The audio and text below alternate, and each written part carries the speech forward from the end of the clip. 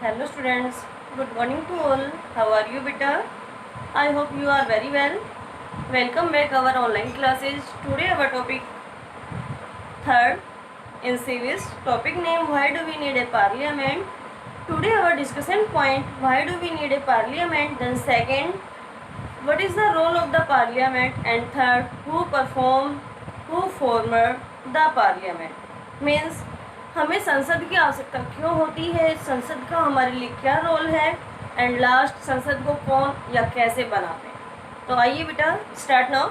देखिएगा हमारा जो ये पॉइंट है why do we need a parliament, यहाँ हमें बताना है कि ये पार्लियामेंट जो हमारी संसद है इसकी हमें आवश्यकता क्यों फील हुई।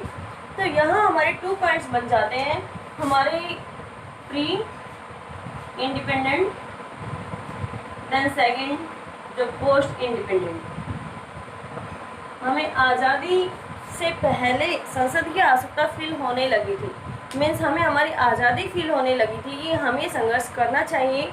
हमें संघर्ष क्यों करना है उसके ऊपर अगर हम प्रेशर डालें तो हम कह सकते हैं कि हमारे प्री इंडिपेंडेंट ब्रिटिश रूलर यहाँ थे और ब्रिटिश रूलर हमारे ऊपर इतना क्रूड व्यवहार कर रहे थे, इतना क्रूड बिहेव था कि वो बर्दाश्त नहीं हो रहा था। धीरे धीरे हमारे जो कॉमन पीपल्स थे उन्होंने अपना एक ग्रुप बनाना स्टार्ट किया और इस आवाज़ को बुलंद किया कि हम अपने संघर्ष को आगे तक ले जाएंगे और गवर्नमेंट तक हमारी आवाज़ पहुंचेगी। अब बात यहाँ आती है कि जो कॉमन पीपल थे जिन्होंने ग्रुप बनाया उन्होंने ये बात तो डिसाइड की कि हम ग्रुप बनाकर इस संघर्ष को आगे ले जाएंगे, लेकिन हमारा जो लीडर होगा वो कौन होगा। तो उस लीडर की अगर हम बात करें तो वहाँ नेशनल कांग्रेस पार्टी जिन्होंने 1885 में हमारे यहाँ अपना गठन किया था, सबसे पहली पार्टी बनी थी जिन्होंने ब्रिटिश गवर्नमेंट के सामने ये बात रखी कि आप जो आपका लेजिस्लेटिव सिस्टम है उसमें हमारे इंडियन सिलेक्टेड पीपल को भी लेजिस्लेटर का हिस्सा बनाए। ये बात भी मान ली गई, लेजिस्लेटर का हिस्सा बना दिया गया। सेम वैसे ही हमारे यहाँ सामने बहुत सारी ऐसी समस्याएं आई या ऐसी घटनाएं घटित। यहाँ ब्रिटिश तो थी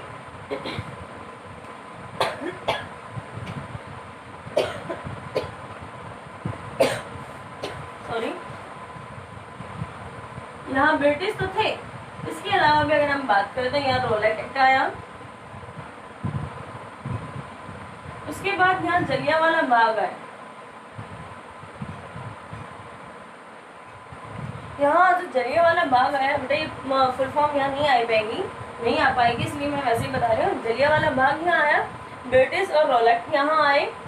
ये कुछ एक ऐसी घटनाएं घटित हुई जिसमें हम ये कह सकते हैं कि आम जनता ने बहुत ज़्यादा संघर्ष किया, बहुत सारा अत्याचार झेला था। रोलैक एक्ट में ये बताया गया कि हमने आपके इंडियन पीपल को जो सिलेक्टेड थे लेजिस्लेटर का हिस्सा तो बना लिया, लेकिन वो हमारी गवर्नमेंट की डिसीजन मेकिंग में अगेंस्ट ना जाएं और हमारी गवर्नमेंट की कहीं भी बाहर बुराई ना करें। थर्ड हमारे यहाँ सामने जो आया हमने जलियांवाला बाग बताया। इसमें बेटा हम कह सकते हैं कि ब्रिटिश जो रूलर था जनरल डायर जिन्होंने हमारे कॉमन पीपल्स की मीटिंग ली एक जलियांवाले बाग में जो अमृतसर में है, और वहाँ उन्होंने कहा कि कॉमन मीटिंग होगी, मैं लोगों को बहका लिया गया और वो बहुत सारे लोग वहाँ बहुत सारी ग्रुप में वहाँ पहुँच गए। जनरल डायर ने देखा कि यहाँ तो इंडियन पीपल बहुत ज़्यादा है, अगर मैंने इनकी बात नहीं मानी या मैंने इनको चांस ही नहीं दिया कि आप अपनी बात रखें तो ये सारे भड़क सकते हैं। इसीलिए उन्होंने प्लान किया कि क्यों ना हम इन सभी को एक साथ यहीं पर ख़त्म कर दें, और उन्होंने वहाँ ट्रुप फायर कर दिया। ट्रुप फायर मीन्स हथियारों के समेत वहाँ गोलाबारी करना, बंदूक चलाना, गोली चलाना, इस टाइप का। वहाँ हमारे बहुत सारे इंडियन पीपल किल हो गए और वहाँ जो किल्ड पीपल थे उनमें women, childrens, young and old people all are included. अब यहाँ सेकंड पॉइंट हमारे सामने आता है कि यहाँ जब इस तरीके की घटनाएं यहाँ घटित होने लगी तो हमारे आम जनता में और ज़्यादा जुनून बढ़ गया। उन्होंने कहा कि अब तो हमें संघर्ष करना ही है और अपनी आज़ादी को हासिल करना ही है। कुछ टाइम बाद हमारी आज़ादी हासिल हो गई, हम इंडिपेंडेंट हो गए, ब्रिटिश रूलर हमारे इंडिया से चले गए। अब बात फिर आती है पोस्ट इंडिपेंडेंट की। आज़ादी के बाद हमने किस तरीके से पार्लियामेंट को फॉर्म किया।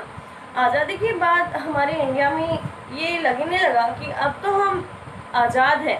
अब आज़ाद होने के बाद बेटा ये फील होता है कि मैं अपनी मर्ज़ी से जीऊँ, आप अपनी से जियो, आप अपनी से जियो। तो वहाँ सब अलग अलग चल जाते हैं, वहाँ एक रूपता नहीं बन पाती।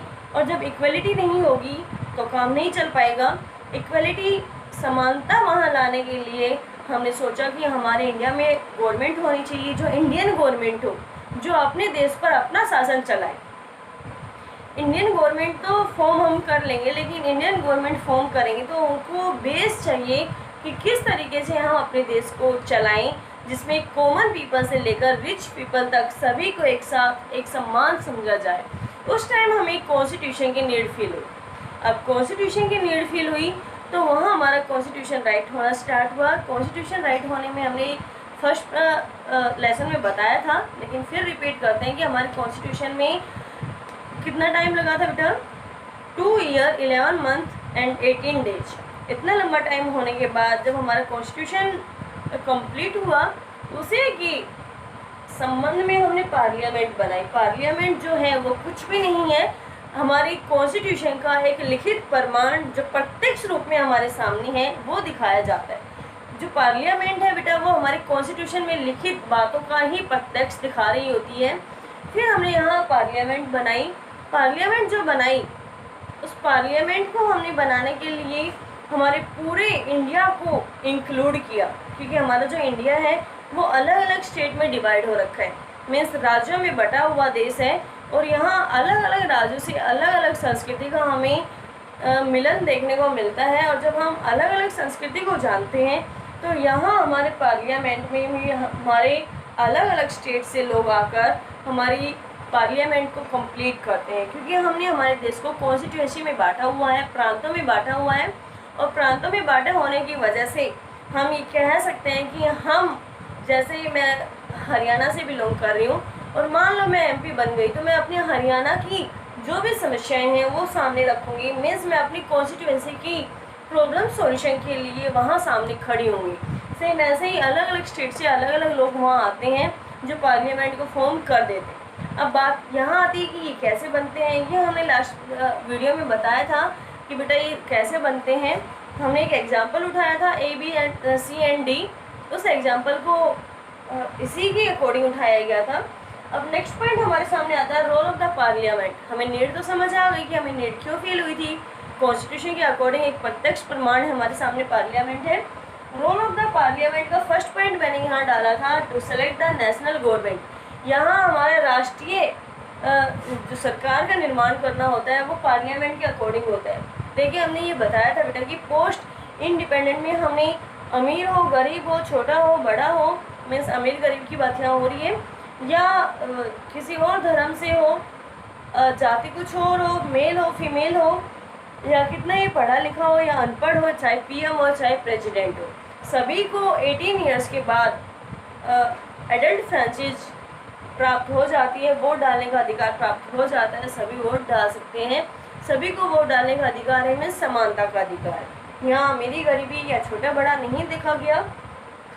अब जब हम यहाँ वोटिंग करेंगे, जब हम यहाँ एडल्ट फ्रेंचाइज को अपनाते हैं तो वहाँ हम अपनी गवर्नमेंट को वोट देकर इलेक्ट कर रहे हैं, मीन्स जनता का वहाँ प्रत्यक्ष निवारण हमें दिखाई देता है।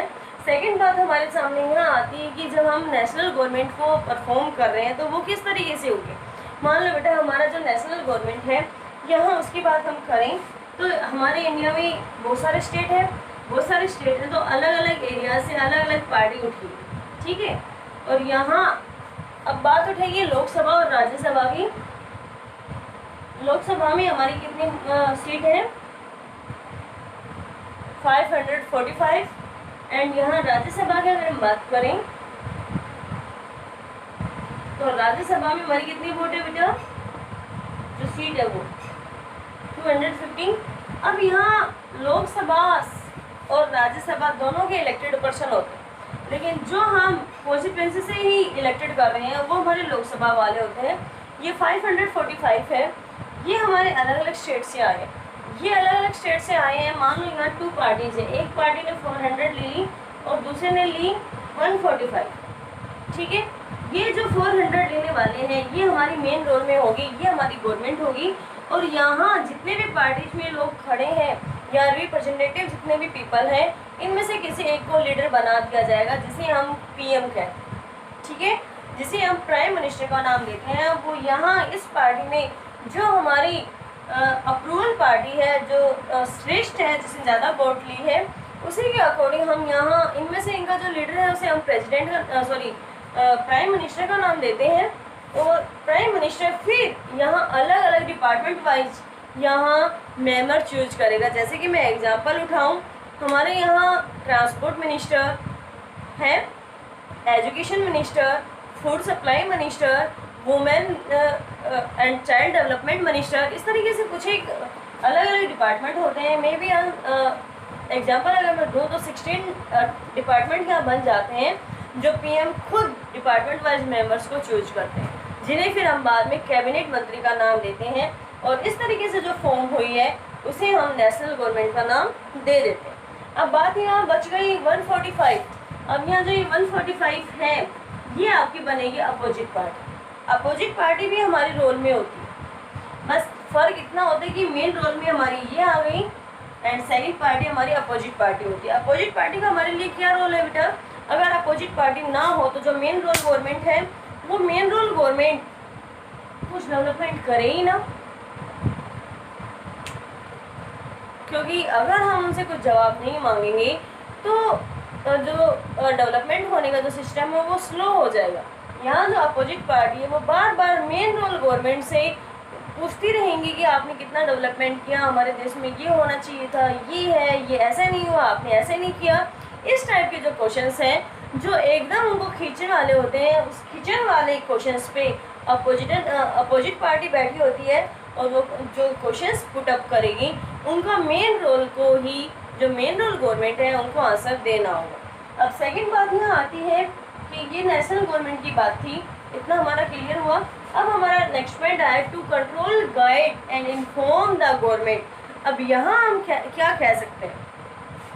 देखिए बेटा, हम यहाँ अगर बात करें तो हम कह सकते हैं कि हमें हमारी जो कंट्रोल करना, किसी भी चीज़ पर अपना पूरा अधिकार जमाना, गाइड, किसी को गाइडलाइन देना, एंड इन्फॉर्म द गवर्नमेंट, जिसमें हम सूचना दे सकते हैं गवर्नमेंट को, वो किस तरीके से हम दे सकते हैं, वो पॉइंट यहाँ बता सकते हैं। देखिए बेटा, जो अपोजिट पार्टी है वो हमसे बार बार क्वेश्चंस करती है कि हमें ऐसा नहीं करना था, हमें ऐसा कर दिया, आपको कितना डेवलपमेंट करने में कितना टाइम चाहिए, इस तरीके के जो क्वेश्चन है उसका सेकंड हिस्सा हमारे यहाँ बनता है क्वेश्चन हार मीन्स जो हम पर्सन पूछने के जो हमारे कुछ एक घंटे यहाँ डिसाइड हो रखे हैं, उसमें यहाँ अपोजिट पार्टी भी होती है, कॉमन पीपल्स भी होते हैं और जो मेन रोल गवर्नमेंट है वो भी होती है। यहाँ मेन रोल गवर्नमेंट को आंसर देना होता है। जैसे कि हम बात करें एग्जाम्पल अगर हम दें तो हम एग्जाम्पल में कह सकते हैं कि अभी हमारे सामने रेल बजट आया था, हमने रेल मंत्री से क्वेश्चंस पुट अप किए कि आपने इतना किराया बढ़ा दिया, या हमारी जो रेल परिवहन है वो इतने घाटे में क्यों चल रही है, हमें इतना लॉस क्यों हुआ। ये सारी जो डिटेल देनी होती है वो डिपार्टमेंट वाइज जो मिनिस्टर वहाँ चूज हो रखे हैं उन्हीं को देनी होती है। क्वेश्चन हार्स में सारे जो डिपार्टमेंट वाइज जो मिनिस्टर्स चूज हैं वो वहाँ होते हैं। कॉमन पीपल और अपोजिट पार्टी के जितने भी क्वेश्चंस होते हैं वो वहाँ उनको आंसर देकर कंप्लीट करना होता है। साथ में उनको अपनी ओपिनियन भी देनी होती है कि भाई आंसर तो उन्होंने दे दिया। जैसे कि हमने जो क्वेश्चन अभी रेल परिवहन के जरिए किया था, अगर मैं बात करूँ हेल्थ डिपार्टमेंट की, तो हेल्थ डिपार्टमेंट से अगर हम बात करें कि हमारे कॉमन पीपल बहुत ज़्यादा इल हो रखे हैं और हमारी जो जनसंख्या है या हमारी आम जनता है वो बहुत ज़्यादा संघर्ष कर रही है, बहुत ज़्यादा बीमारी से घिरी हुई है, तो आपने उनके लिए क्या किया, उनको आपने किस तरीके से राहत दिलाई, किस तरीके से आपने उनकी सेहत संबंधी सामग्री उन तक पहुंचाई। ये तो हमारा क्वेश्चन हो गया, उन्होंने इसका आंसर दिया, लेकिन साथ में उनको ये ओपिनियन देना होगा कि ऐसा इस रीजन में ऐसा हुआ था और उस पर मेरी ओपिनियन ये थी और मैंने उनको ये राहत सामग्री देकर वहाँ से निकाल दिया और अब आगे वाला मेरा कदम उनके लिए ये होगा। ये होता है बेटा ओपिनियन और क्वेश्चन हार। अब नेक्स्ट पॉइंट हमारा यहाँ आता है कि लॉ मेकिंग। जब हम लॉ मेकिंग का पॉइंट अगर देखें तो लॉ मेकिंग में हमें ये देखना होता है कि हम जो कानून बना रहे हैं उस कानून में हमारी जो आम जनता है, जो कॉमन पीपल है, उनसे लेकर जो हमारे रिच फैमिली बिलोंग करने वाले मेंबर्स हैं तो कॉमन पीपल का भी वहाँ फ़ायदा और रिच पीपल का वहाँ लॉस ना हो, इस तरीके का हमें वहाँ कानून बनाना होता है। हमें सभी में समानता हमें वहाँ देखनी होती है, एक रूपता हमें वहाँ लानी होती है। तो उसके लिए अगर हम बात करें तो हम ये कह सकते हैं कि पार्लियामेंट जो है बेटा वो हमारे यहाँ लॉ मेकिंग के लिए परफेक्ट है, सही है। क्यों? क्योंकि जो पार्लियामेंट है उसमें जो बिल डाला जाता है, जो प्रस्ताव डाला जाता है, वो ठीक है या नहीं, वो लास्ट स्टेज तक हमें समझ आ ही जाता है। लेकिन कई बार ऐसा होता है कि ऐसा बिल डाल दिया जाता है, बिल मीन्स यहाँ प्रस्ताव से है बेटा, यहाँ जो ऐसा बिल डाल दिया जाता है जो हमारी कॉन्स्टिट्यूशन पे बेस नहीं होता, और लास्ट में हमारी जो जुडिशरी सिस्टम था जिसमें कोर्ट थे, वो कोर्ट उनको वहाँ कैंसिल भी कर सकते हैं। और रीजन डालेंगे तो रीजन क्या डालेंगे? नोट बेस कॉन्स्टिट्यूशन, वो संविधान के बेस पर नहीं है, इसीलिए वो कानून नहीं बनेगा। क्योंकि हमारा जो लॉ मेकिंग वाला सिस्टम है उसमें हम ये कह सकते हैं कि लॉ मेकिंग का जो सिस्टम था उसमें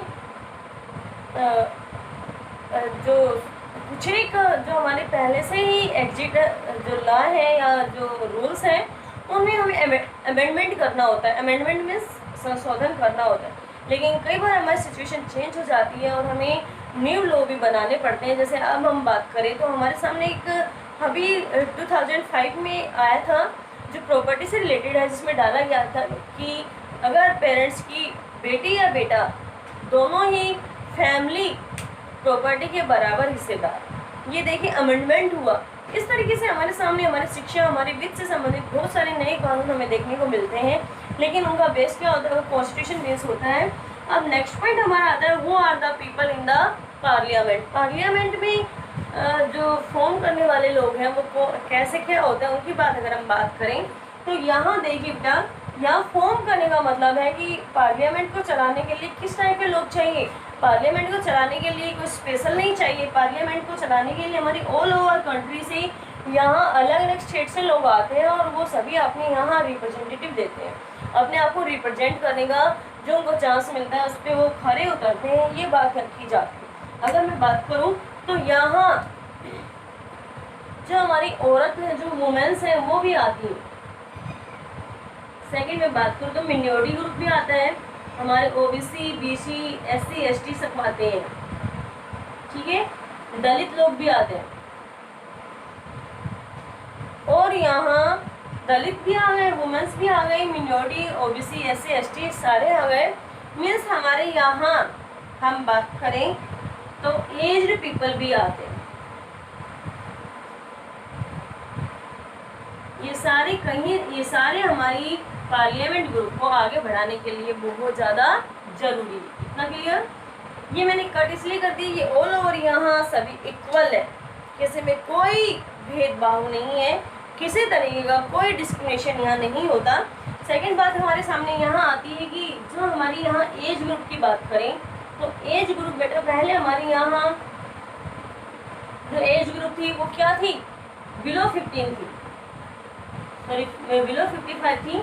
लेकिन आज हम देखें तो हमारे यहाँ बिलो 55 नहीं, अपर 55 है नज़र आती है। मीन्स आज के जो लोग हैं वो एजुकेटेड लोग हैं और वो इस सिचुएशन को समझ सकते हैं। मीन्स हम यहाँ एज्ड पीपल जो प्रॉब्लम्स हैं उनको भी अच्छे से समझ सकते हैं, उनका सॉल्यूशन भी हम दे सकते हैं।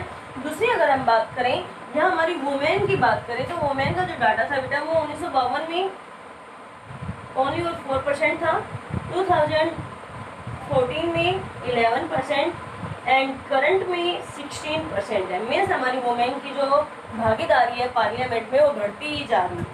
ये आज हमारा जो लेसन था वो यहीं तक था। यहाँ ये लेसन हमारा फिनिश होता है बेटा। आपको इस लेसन को अच्छे से रीड करना है और इससे रिलेटेड क्वेश्चन आंसर्स फिल करने, लर्न करने। Thank you, have a nice day.